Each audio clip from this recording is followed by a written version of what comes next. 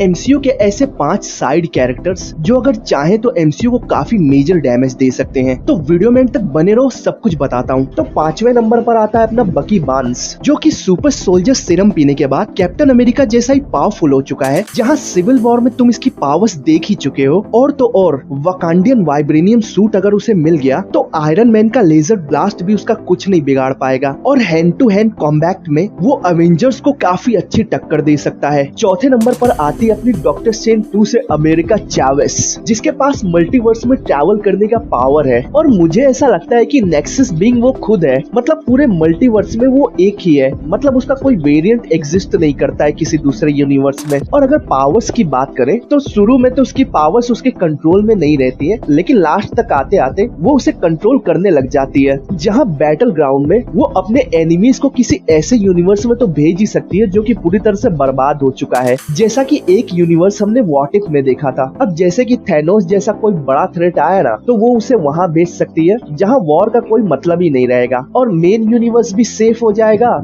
और उस वाले यूनिवर्स में थैनोस करेगा ही क्या। अब बात की जाए नंबर 3 की, तो वो है शील्ड की एजेंट मारिया हिल, जो कि एक तरह से शील्ड की मैनेजर भी है। जहां अगर वो चाहे तो शील्ड के वेपन्स को एक्सेस करके काफी मेजर डैमेज दे सकती है। जैसे हमने हॉकआई के केस में देखा था ना, जब वो लोकी के कंट्रोल में आ गया था तो कैसे एक के बाद एक मेजर डैमेज दिए जा रहा था। और हॉकआई तो फिर भी बाहर का आदमी है, उसका काम तो केवल बैटल लड़ना है। और मारिया हिल तो शील्ड के अंदर की एजेंट है, जिसको शील्ड के सीक्रेट के बारे में काफी कुछ पता है। तो अगर वो चाहे तो अच्छा खासा डैमेज दे सकती है। और मार्शल आर्ट्स में भी वो एक्सपर्ट है ही।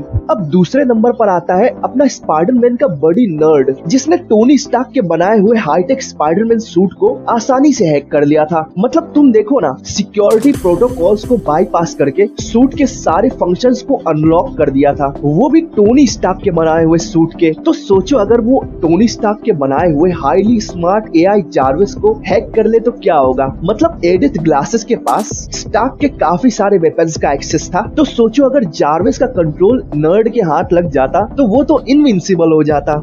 जहाँ इसी के साथ काउंटडाउन में सबसे पहले नंबर पर आता है अपना गॉड ऑफ मिसचीफ लोकी। अब तुम्हें लग रहा होगा कि लोकी कैसे, और वो भी पहले नंबर पर। तो देखो, जहाँ बाकी सारे सुपर हीरोज अर्थ की छोटी मोटी बैटल में व्यस्त है, वहीं लोकी स्पेस टाइम कंटिन्यूम को समझ रहा है। याद है तुम्हें लोकी के लास्ट एपिसोड में ही हू रिमेन्स जहाँ लोकी को ऑफर देता है, तुम मेरी कुर्सी पर बैठो और जैसा तुम चाहोगे सब कुछ तुम्हारे हिसाब से होगा। तो अगर वो उस ऑफर को एक्सेप्ट कर लेता तो आज एमसीयू का करता धरता वही तो होता। अब जहाँ बाकी सारे सुपर हीरोज को भनक भी नहीं है कि एमसीयू में चल क्या रहा है, वहीं लोकी स्पेस टाइम कंटिन्यूम और मल्टीवर्स के मामले में काफी डीप में है। अब अगर वहीं लोकी ही हू रिमेन्स के उस ऑफर को एक्सेप्ट कर लेता तो ना ही वो मल्टीवर्स के बारे में सब कुछ जानता होता, बल्कि उसे अपने हिसाब से चला भी रहा होता। वैसे इन सभी साइड कैरेक्टर्स के बारे में तुम क्या सोचते हो, अपनी राय कमेंट्स में जरूर बताना। और अगर वीडियो पसंद आया तो चैनल को सब्सक्राइब कर लो।